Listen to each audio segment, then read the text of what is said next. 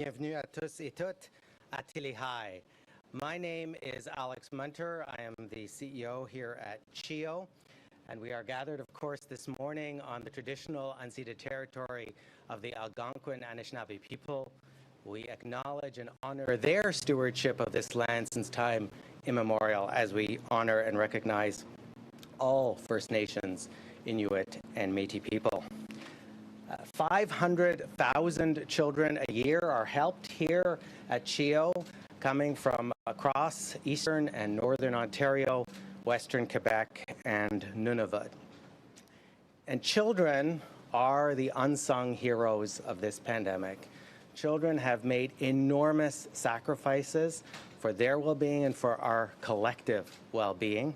And here at CHEO, we are paying close attention to the impact of the pandemic on kids in terms of learning loss, impact on development, and on physical and mental health. We are focused on these issues, on responding to the needs of kids, and on working as hard as we can to help our community move past the pandemic and turn the page on COVID.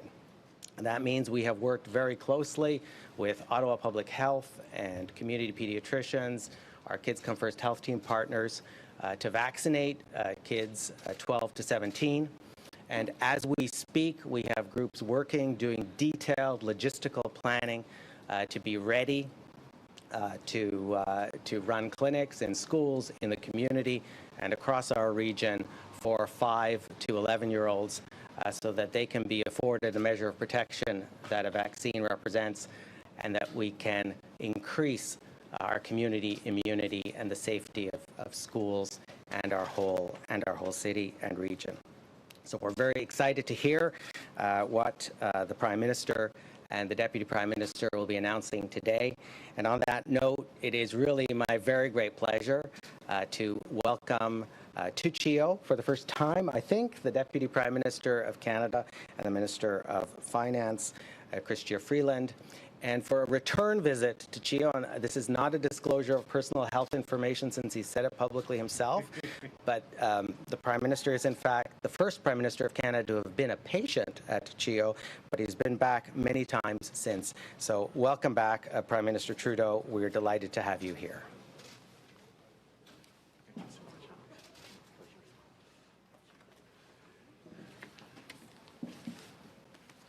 Thank you, Alex, for your kind words, but also for your extraordinary work as President and CEO of the Children's Hospital of Eastern Ontario.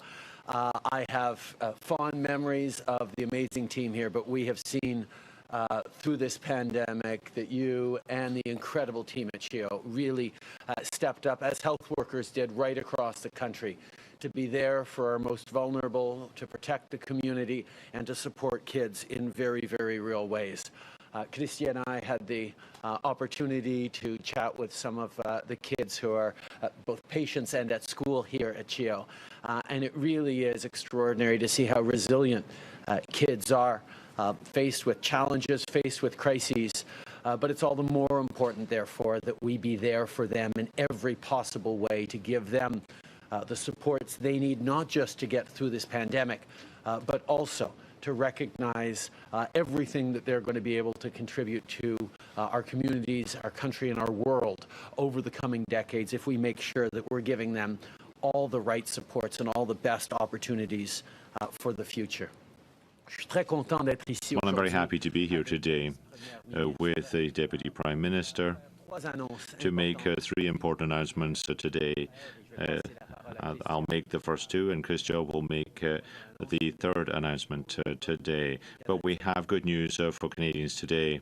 As people know, Canada has been a world leader on vaccinations. And that's just part of what Canadians were able to do through this pandemic, where we saw everyone from frontline health workers to community workers to individual Canadians stepping up during this pandemic to be there for each other, to do the right things to get us through this. And it has culminated, of course, in vaccinations, as Canada is now among the world leaders in vaccination rates amongst eligible Canadians, that is, 12 and older. The government also, all the orders of government have been there to support Canadians, particularly on the federal side, where we scrambled to deliver PPE. We've scrambled to ensure that we have vaccines for everyone, and we're also ensuring booster shots for the coming years as they become necessary, listening to the expert advice that folks in NACI and other fields are going to be making on how we move forward. But when we talk about the high vaccination rates of Canadians, 82, 85, 87% in various jurisdictions of Canadians fully vaccinated, it's always eligible Canadians.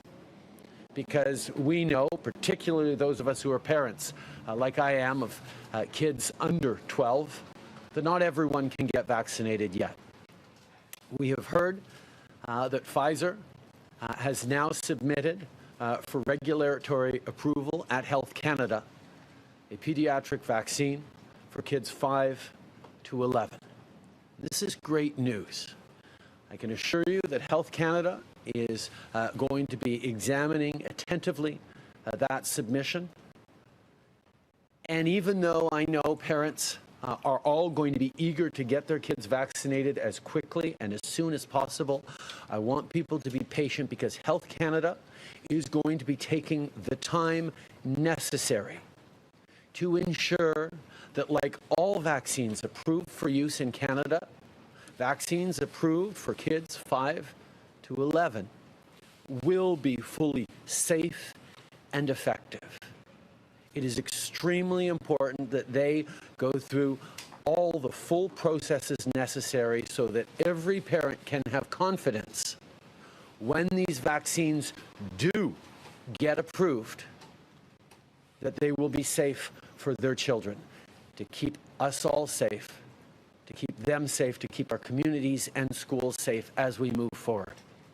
And therefore, what I'm very pleased to be announcing today is that we have worked directly with Pfizer, and shortly after the time comes for Health Canada to approve those vaccines for pediatric use, we will receive millions of doses in Canada, enough to get all kids under between 5 and 11 vaccinated as quickly as possible. We will have the supply necessary to support every kid across the country from 5 to 11 with vaccinations as soon as possible after Health Canada approved it. It's a good news today. Health Canada, as you know, is currently going through the data submitted by Pfizer and going through a rigorous process to approve the Pfizer vaccine for the 5 to 11-year-olds in this country. But they'll take the necessary time that's needed to make sure that it's effective and safe, because all parents want their kids to be safe. But they don't want to take any risks either. But when and if Health Canada approves the use of the Pfizer vaccine on kids, it will be safe to vaccinate your kids. At the same time, I'd like to announce today that we've signed agreements with Pfizer so that as soon as Health Canada gives the green light for use in Canada, very shortly afterwards, we'll be receiving enough doses in Canada to vaccinate all Canadian kids between 5 and 11. It's very, very good news for all parents and all kids across the country, because we've been working hard to make sure that our kids have the additional protection afforded by the vaccine, as 87% of adults already have. A couple of weeks ago, we made several promises in terms of our priorities on vaccination, on dealing with COVID. We've delivered on our promise for vaccine mandates for trains and planes, a vaccine mandate also for public servants. And today, I'm very pleased to be able to confirm a third pillar of our promise, vaccine passports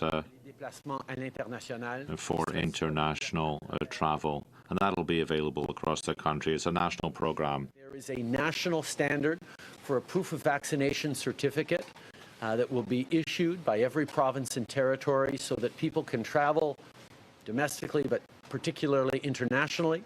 And today I'm happy to confirm that all provinces and territories have confirmed that they will be moving forward with a standardized national proof of vaccination.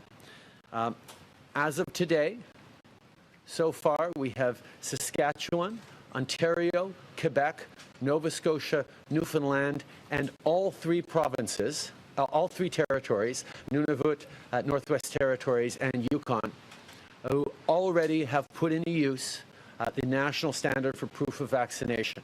You can download it onto your phone, you can print it out, you can ask for a copy by mail if you don't have those capacities, but you are now able to show proofs of vaccination immediately in all those provinces, and all other provinces have agreed and are working hard to come online so that as Canadians look to start traveling again, there will be a standardized proof of vaccination certificate that, as we said, we will be picking up the tab for at the federal level to ensure that all provinces are able to do it.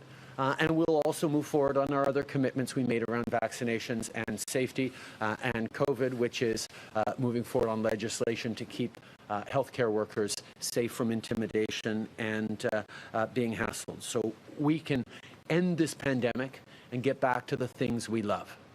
It's a reminder as well, as we move forward on all these measures, for folks who still haven't yet gotten their full vaccinations, please get yourself vaccinated. It's the way we can all get back to the things we love, avoid further lockdowns, and make sure that our economy comes roaring back and we're keeping our most vulnerable as protected as possible. Now, thirdly, and I'll be giving the floor to, in short order, to Chrystia Freeland, who will be talking about this in more detail. But on the economic recovery now, we have some good news. First of all, Canada has already recovered 100% of the jobs lost since the start of the pandemic. We're seeing many businesses and growth come back across all sectors of the economy, but there are some sectors who are still hard hit. For example, the tourism industry, the restaurant industry, especially in downtown areas, who are still facing a very challenging situation because of COVID-19. Now, we made a direct promise to Canadians. We said we would be there to support them for as long as necessary, but that we would also be there to make sure that economic recovery would come roaring back. And I'm very, very pleased to give the floor to Minister Freeland now, who will share details of the next steps of our our plan to fight against COVID-19 and our plan to support Canadians and to ensure strong economic recovery. The podium over to Chrystia Freeland. Chrystia.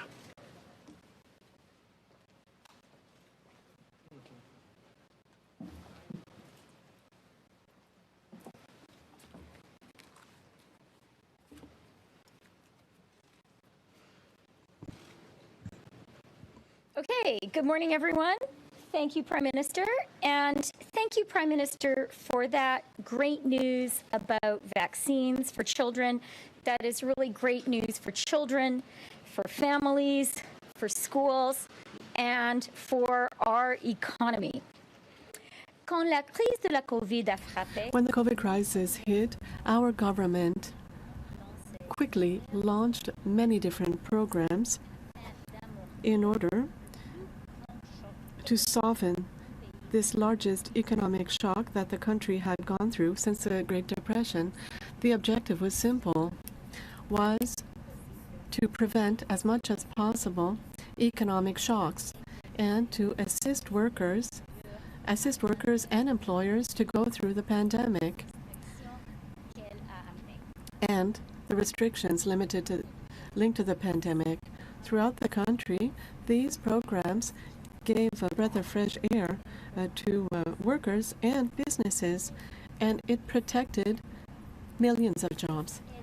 And this helped out hundreds of thousands of Canadian businesses so that they could continue with their activities in the worst of the pandemic. Support measures were always designed to be temporary, to get us through the crisis. Thankfully, as the Prime Minister has just pointed out, we're now in a new phase, one that is very different from the darkest days in our fight against COVID.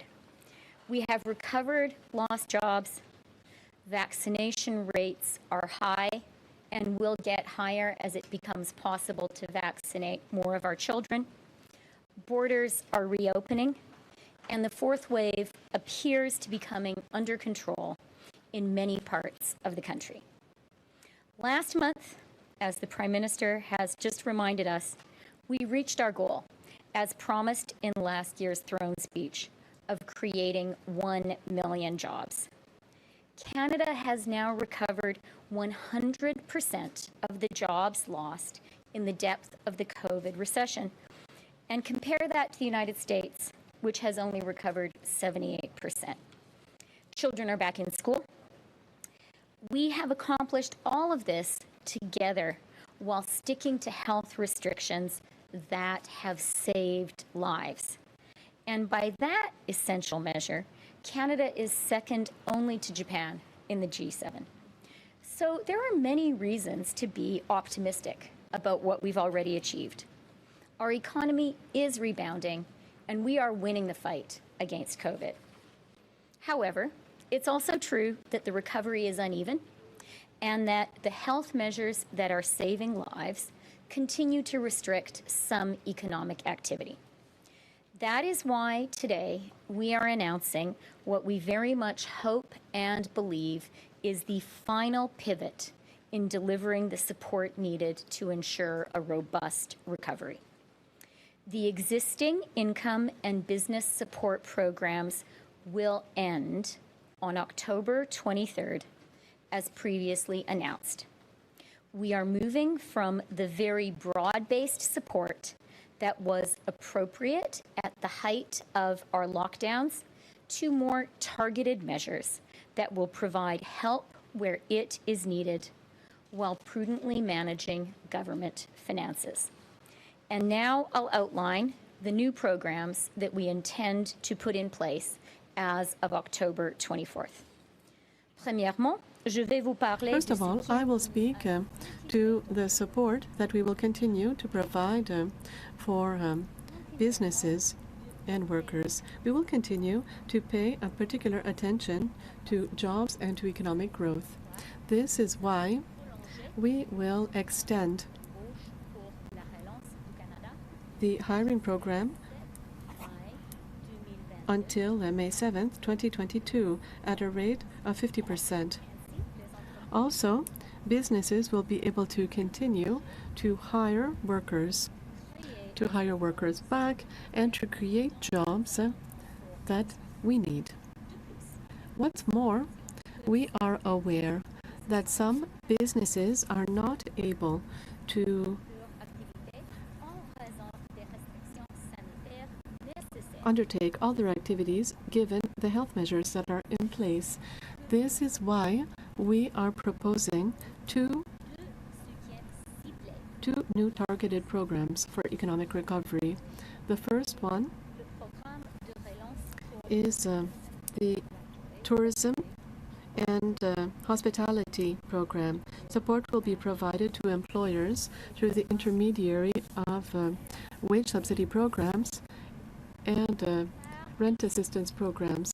We're talking here for hoteliers, restaurateurs, and travel agencies. They are still facing restrictions linked to public health and travel. The subsidy rate will be very targeted. It will be at 40% for those who have suffered a loss of revenue of 40%. The rate will increase according to the function of loss of revenue up to 75%. The hardest hit business recovery program will be available to employers who can show they have faced deep and enduring losses and will provide support through the wage and rent subsidy programs. The subsidy rate for this group will start at 10% for applicants with a 50% revenue loss, increasing to a maximum 50% subsidy for those with a 75% revenue loss.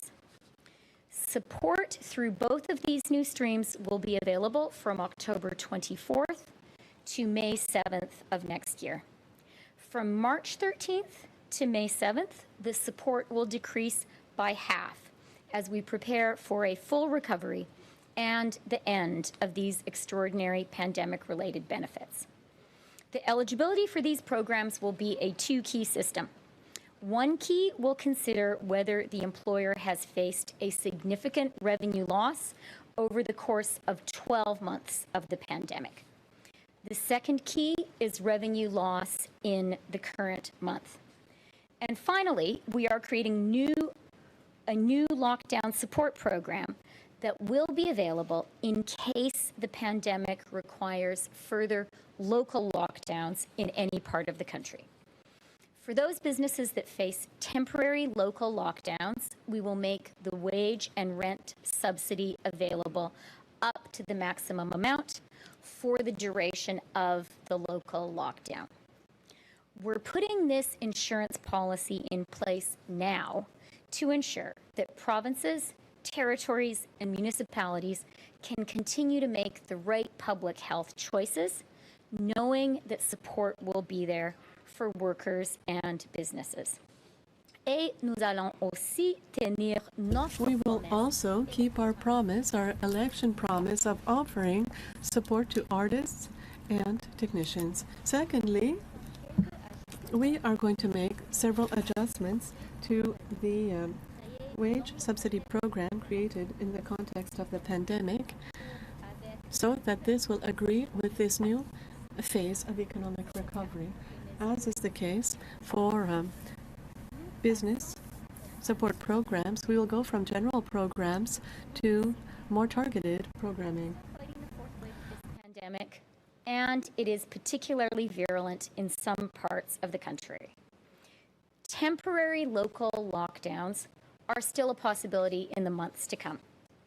We want Canadians to know that we intend now to put in place a measure that would snap into action immediately to support workers in the event of a new local lockdown.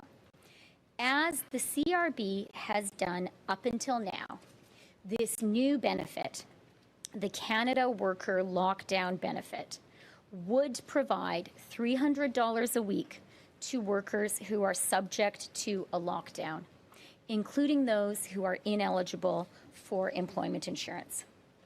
We also know that Canadians across the country may need continued support from the Canada Sickness Benefit and the Canada Caregiving Benefit. We all need to protect ourselves and one another by staying home when we're sick. And our children, many of whom still cannot be vaccinated, are particularly vulnerable, which means parents may need to be able to stay home to take care of them. So, we intend to extend eligibility for both of these benefits until May 7th of next year, and will increase the maximum duration of each benefit by 2 additional weeks.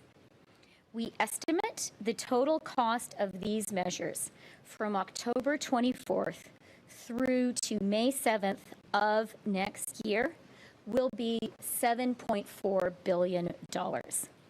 That compares to the $289 billion we have spent on income and business supports since the start of the pandemic. Notre gouvernement comprend. Our government understands the proud heritage of Canada with regards to prudent financial management of public monies and the importance of protecting this tradition. Unprecedented government spending in Canada and around the world.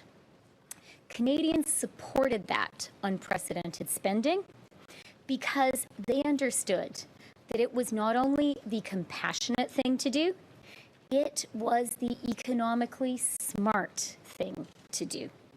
And they understood that providing support to businesses and workers during lockdowns allowed us all to do the right thing together and to save lives. Aujourd'hui, today, while the economy is recovering, jobs are being created, we are getting vaccinated, and restrictive measures are slowly being lifted in our communities and at our borders. We need to adapt our support measures being offered for wages and for businesses. Support needs to be more narrow, more targeted, and less expensive. And we need to look forward to the day, now not too far off, when we will be able to bring it to an end entirely. Our unrelenting objective is to protect and create jobs and to drive economic growth. It is to ensure the strongest possible recovery for everyone. Merci.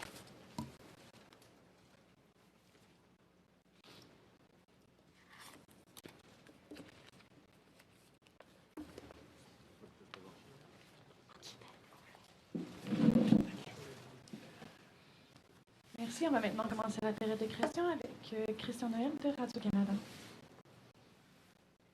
Bonjour, Monsieur Trudeau. Hello, Mr. Trudeau. You said that we're changing phase. We have to pay less for the aid programs. The aid programs have to be more targeted. Does this mean that you've felt pressure? Do you think that the CERB can hinder hiring of workers? And do you think that economic recovery is where you're trying to stabilize the level, to find more equity within the economy? At each and every step of this pandemic, we've looked at the medical needs, the scientific needs, we've looked at the recommendations made by experts, and we've looked at this link between the reality, the workplace, and our reality that we were facing. In the first phases of the pandemic, it was extremely important for people to stay home. And so, yes, CERB and other programs were there in order to allow people to stay home because we did not want them to go to work. So, of course, we see that the economy is recovering, and we see that there's a worker shortage in some sectors, and we also see that people now have the opportunity to go back to work. And so, to continue with general support for CERB, this is not necessarily required for the economy, but at the same time, we know that in some places there's a chance, we hope not, but there's a chance where there might be local outbreaks, and this would require more measures, more lockdown measures. And so we will be there to support people who are directly affected where they are affected. Now, with what we're seeing, it's not logical or required to keep these general supports. We prefer to keep this for people who are going through a local lockdown, but also to help out sectors such as arts and culture, tourism, and hospitality. Question: for businesses who are not part of these groups and who require assistance, what can you tell them? They're going to find that they're going to be missing some revenue. So what do you respond to them? And you say it's going to be less costly. How much will it cost? We promised during the election campaign that the most hard-hit sectors, such as the tourism sector, that we would be there to provide support up to 75% for revenue loss, and this is what we're delivering today. Add to this support for the hospitality sector, such as restaurants. We know, as I mentioned, in some downtowns, there are still a lot of challenges. It's very hard to recover.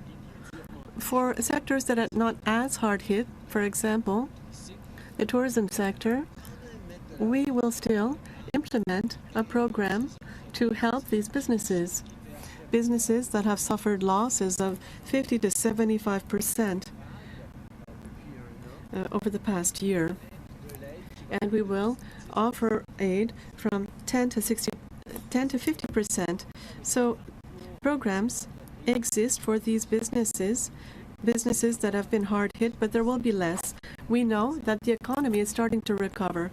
And as Mrs. Freeland explained, the total cost from the end of October to May is around $7 billion. Just a note, would have been helpful to have some background documents on a new $7 billion spending program. We don't have a piece of information, so I'm looking forward to getting that information, Minister Freeland, from your folks.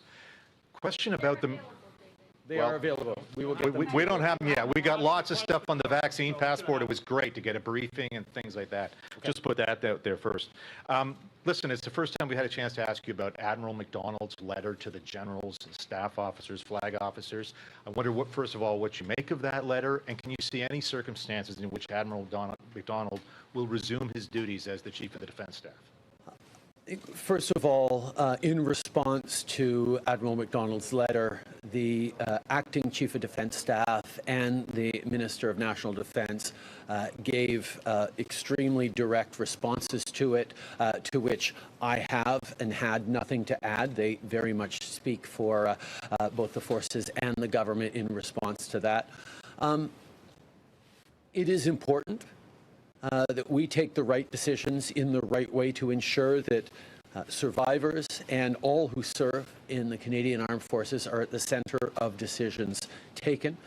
Certainly, the personal views expressed by Admiral MacDonald in that letter do not align with what the practice is or approach that we have of putting victims and survivors at the center of everything we do, and it will be taken into account as we make a final determination on the permanent post of Chief of Defence Staff. You said before, when we've asked about some of the issues with the military, that they don't get it, I think, was roughly some of the, they're not getting the problem here. And yet, your government is still allowing the military to try to solve the problem. And at what point do you say to Ms. Arbour, we need some interim measures or take a more direct approach? I mean, even since MacDonald's letter, we've had a couple of instances of more generals who are now subject to investigation. So what's it going to take? We are absolutely taking this seriously, and with every new revelation that confirms that there is a deep cultural problem at Canada's military that isn't worthy of the extraordinary women and men who choose to serve. Even as we talk about these issues facing the military, we have Canadian Armed Forces members stepping up to help out in Alberta, in Saskatchewan, elsewhere across the country, and elsewhere around the world. We have an extraordinary military that continues to deliver for Canadians, and it is necessary that the processes, the resources, and the leadership of this military be worthy of the extraordinary women and men who choose to dedicate their lives to service and their families to service to this country. We have made significant steps. There is a lot more to do. And yes, indeed, that change is not happening as rapidly as we would all like to see. And that's why we're continuing to work with external experts and people within the highest ranks of the military to make sure that these changes are being made as quickly and as lastingly as possible. Well, first of all, the Minister of Defence and the Chief of Defence Staff The acting chief of defense staff have responded directly and firmly to the Admiral's letter, and I have nothing to add to their very, very clear response to that letter. But what I would say, however, is that when we take a decision as to who will be the new Chief of Defence Staff, we'll take into account the need to put survivors and victims and those who are vulnerable at the heart of the armed forces processes. Now,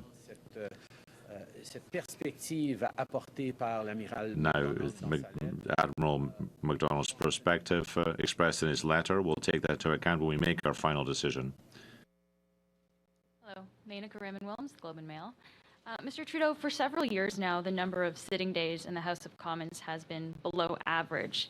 So why are you continuing this trend by waiting until November 22nd to have MPs return to the House, especially since you say you want to get back to work?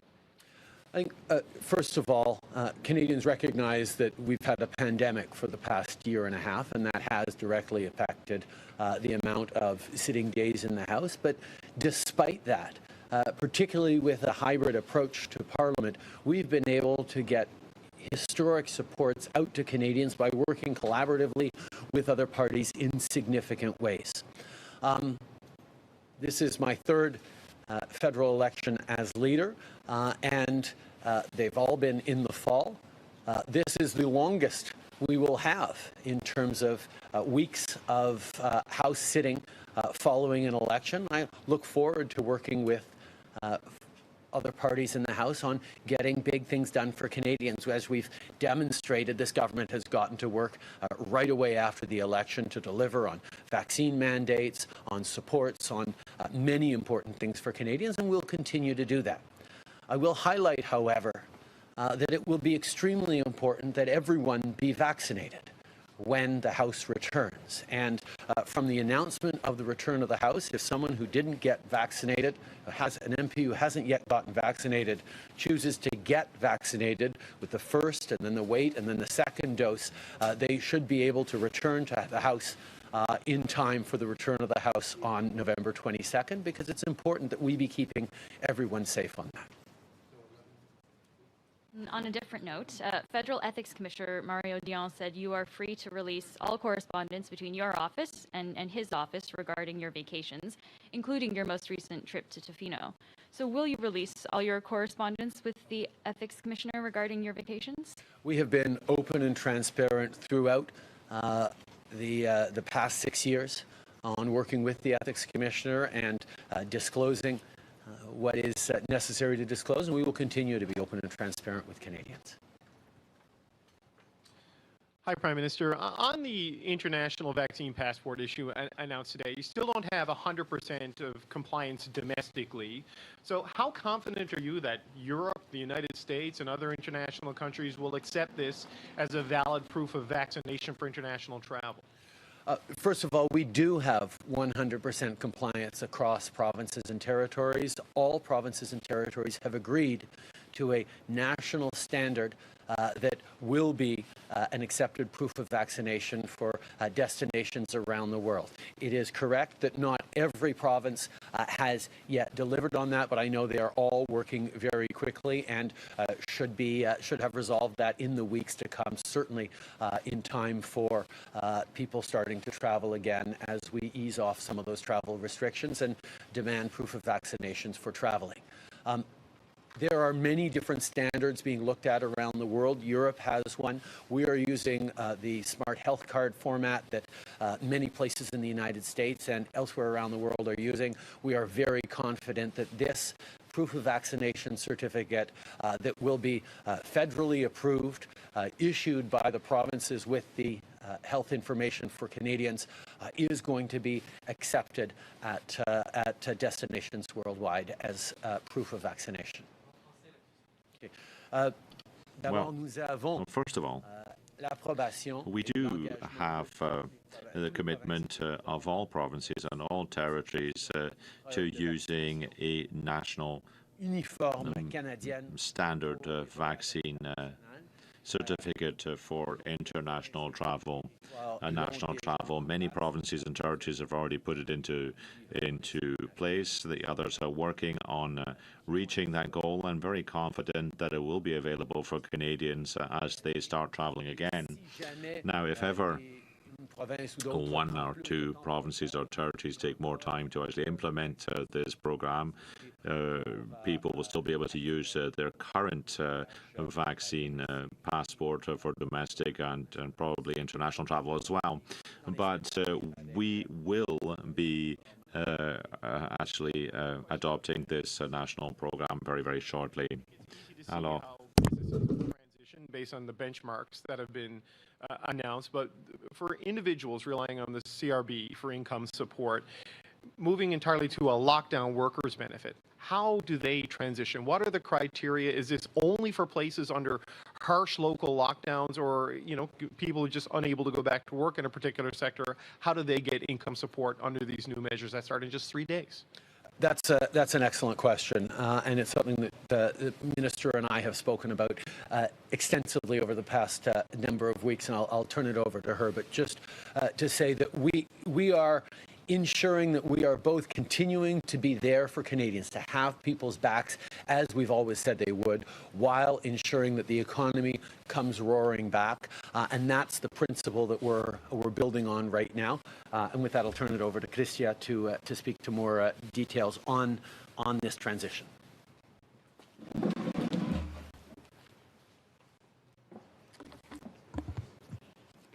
Okay, yeah, thank you, Prime Minister, and thanks for the question. So let me just start by emphasizing that these programs were conceived from the outset, and I think clearly and broadly understood by Canadians as unprecedented emergency support measures that were there because we did an astonishing thing as a country. We decided to close down our economy to save lives. And I'm proud of what we did as a country, and broadly it has worked. And our support measures have worked too. Canada has had a very robust jobs recovery. We have hit the 1 million jobs target, which the Prime Minister laid out in the speech for the throne last year. We have now recovered 100% of the jobs lost in the pandemic. Now, there is still work to do to get to the employment and labor force participation levels that we want to achieve, but a lot has been done. And so when it comes to income support, the most important thing I'd like to emphasize for people, as the Prime Minister said in his opening remarks, is if the fourth wave or some unexpected additional wave were to hit us, we want public health authorities to know, and we want workers to know that that support will be there. It will be there and will be able to snap back into place immediately for workers. That's the key element. Second really important element is a lot of people, and I heard this very often on the campaign trail from mothers, a lot of people have depended on the sickness benefit and the caregiver benefit during the pandemic. The need for that continues, and we are extending that benefit and adding 2 additional weeks. You will also recall our campaign promise to have 10 paid sick days. So that support is there too. And then the final thing I would point to as support for workers and jobs is our extension of the Canada Hiring Recovery Benefit. This is really important in terms of driving job creation, creating additional spaces for workers. And one element that people have been pointing to, I think rightly, about the jobs recovery is that there are some people who are working but are maybe not working as many hours as they would like. The recovery hiring benefit can be used by employers to give workers who are on the payroll now additional hours. So those are the support measures we have in place to help workers and to drive the best possible support for a Canadian is actually a job. And that's what these programs are designed to really promote.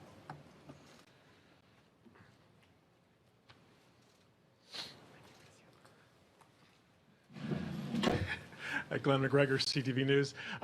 Prime Minister, on the question of mandatory vaccination for members of Parliament, what did Mr. O'Toole tell you about the number of MPs in his caucus who are not vaccinated? And are you not concerned that their constituents will lose their voice in Parliament if they are not allowed to attend? Would you consider other ways of allowing them to participate if they are not vaccinated? Let's first of all talk about those constituents. In every single province and territory across this country, the majority of Canadians have done the right thing and gotten vaccinated, gotten fully vaccinated. So it is puzzling to me that there are people out there who think that just because they are members of Parliament, they do not need to keep themselves, their loved ones, or their constituents safe when the vast majority of Canadians have done the right thing.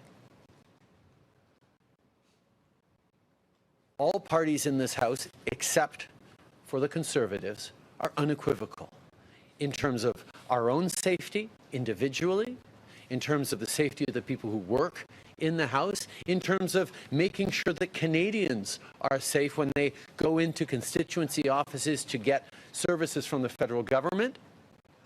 Members of Parliament need to be fully vaccinated.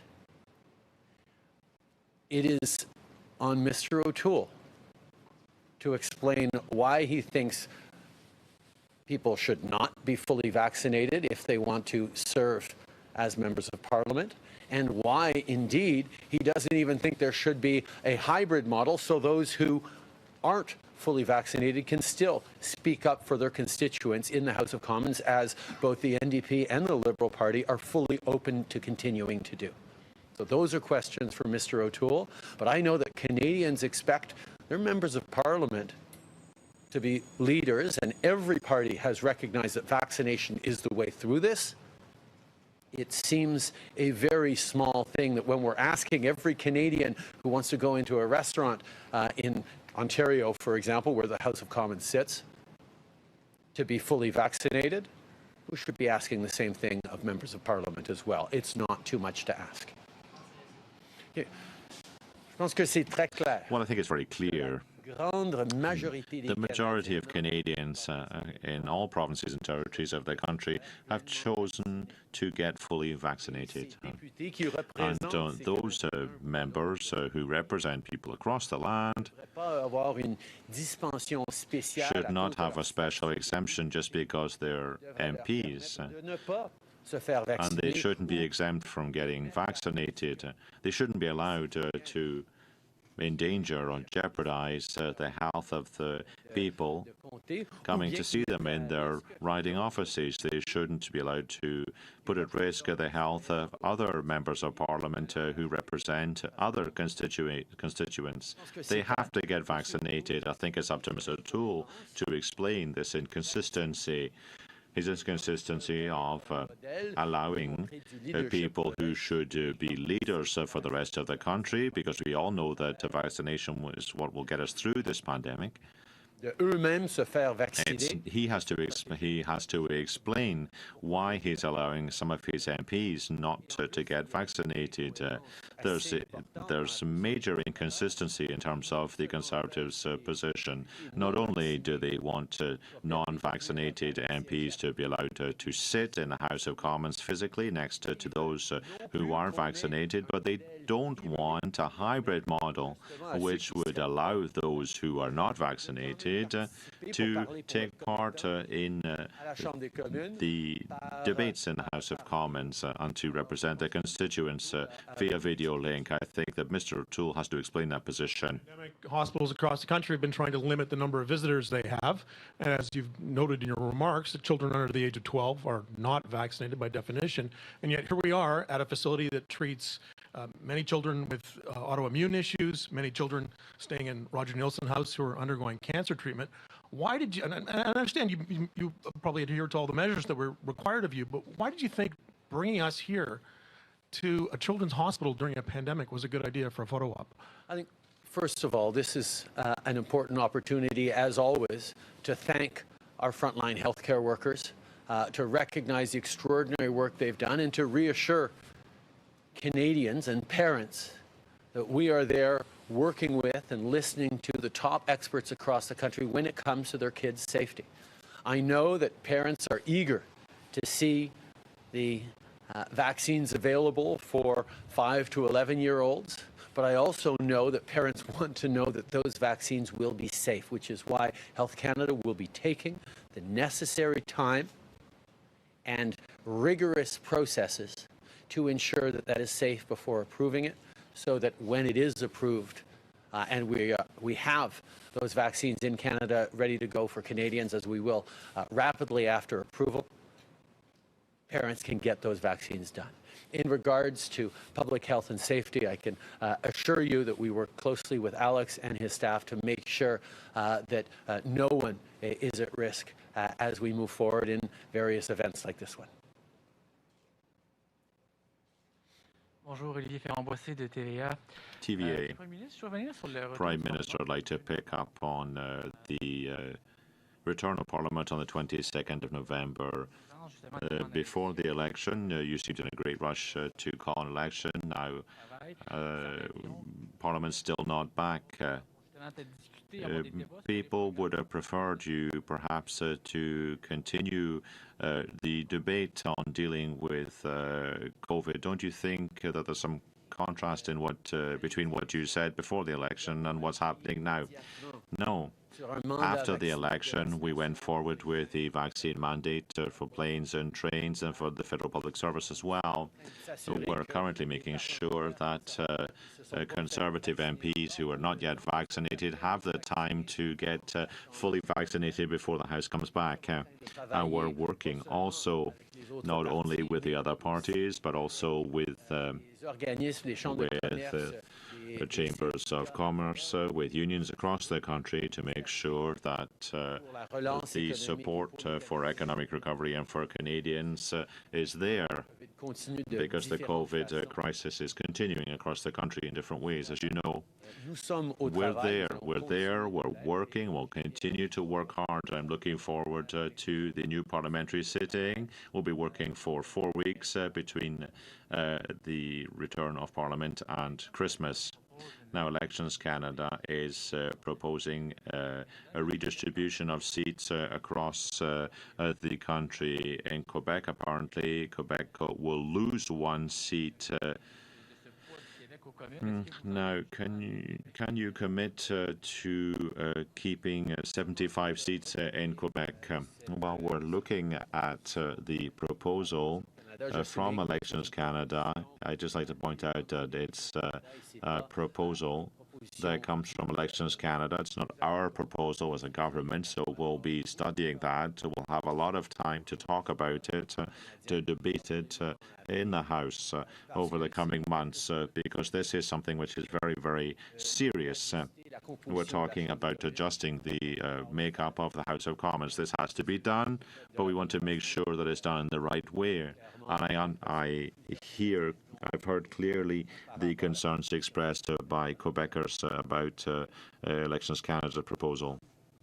We are looking very carefully at the proposal by Elections Canada on redistribution of the electoral map. It is a proposal by Elections Canada and not a government proposal. We are looking carefully at it. Redistribution matters for fairness in our democracy. I have clearly heard concerns from a number of people, including Quebecers, about what Elections Canada has proposed, and I can assure everyone there will be lots of time to analyze, to debate, to calculate, to look at what the right path forward is to continue to have a strong, robust democracy that makes sure that everyone gets properly heard. Chris Reynolds, Canadian Press. Albertans are apparently voting in pretty strong numbers in the provinces that is voting yes in the province's referendum on the elimination of Canada's equalization program. With that seeming popular mandate, advocates are now calling on the federal government to sit down with Alberta and discuss the prospect of reforming equalization. Will you consider discussing with Alberta adjustments to that scheme? First of all, to eliminate equalization, which is what's proposed in Jason Kenney's referendum, is something that cannot be done by the federal government.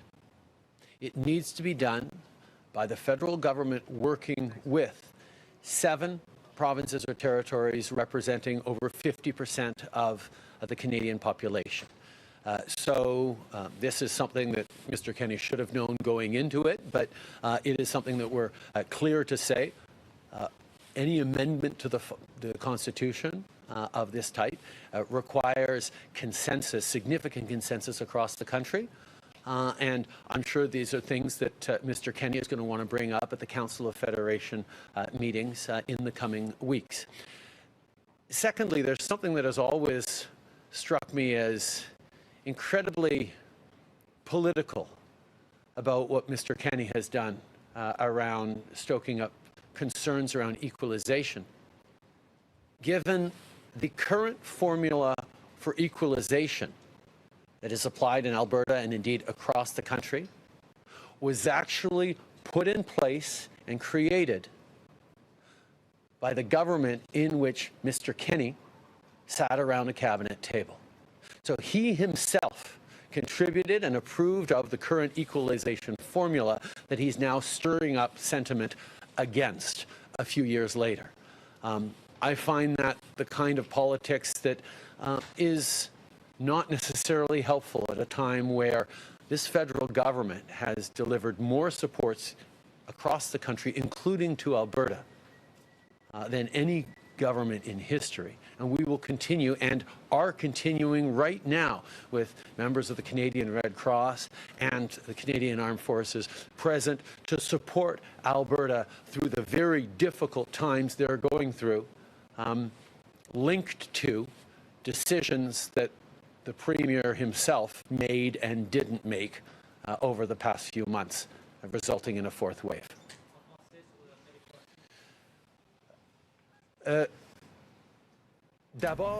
First of all, in order to make any change to our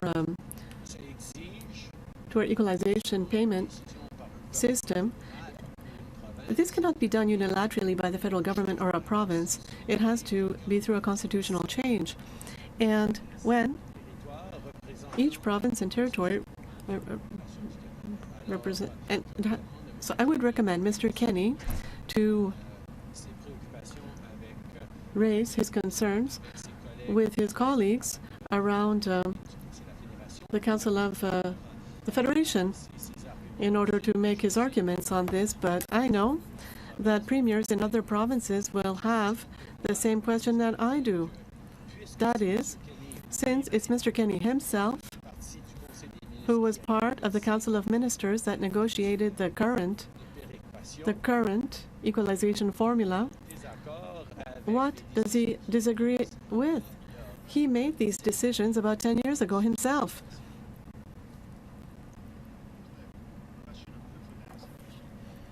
Airlines have expressed a lot of resistance to the idea that they might be responsible for enforcing or for checking these proof of vaccinations at the thousands of check-in counters and boarding gates that exist at airports across the country. So to confirm, is it federal security authorities who will be responsible for confirming one's vaccination at airports, or is it airlines? We have worked very closely with airline operators to ensure that it is as seamless and easy a process as possible. And the fact that the proof of vaccination certificate that will be pan-Canadian includes a QR code means that it will be a step for the vast majority of people at the virtual check-in, where they simply have to scan their QR code and they will get a boarding pass that is clearly marked upon it vaccination vaccination approved. So there is no actual slowdown. It's a single extra step on check-in in a digital way. But it will not be overly onerous for any extra step on check-in in a digital way. But it will not be overly onerous for any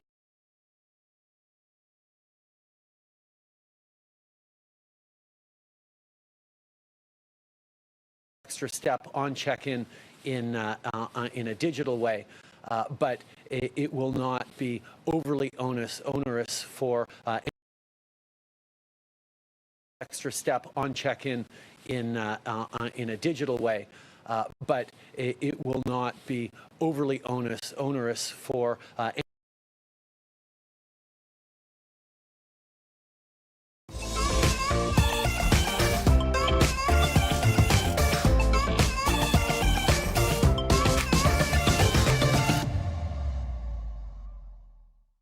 How's it going, everyone? It's Jacob Moore here at the On TV studios, letting you know there's been a slight change to 705 Sports.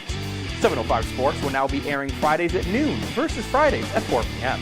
We will still be covering all your local, national, and international sports. The difference is now, while you're enjoying your lunch, you can check out myself, Dan Gray, and multiple different guests as we go over all your sports coverage. So make sure to tune in to 705 Sports Fridays at noon on our Facebook page and video on demand.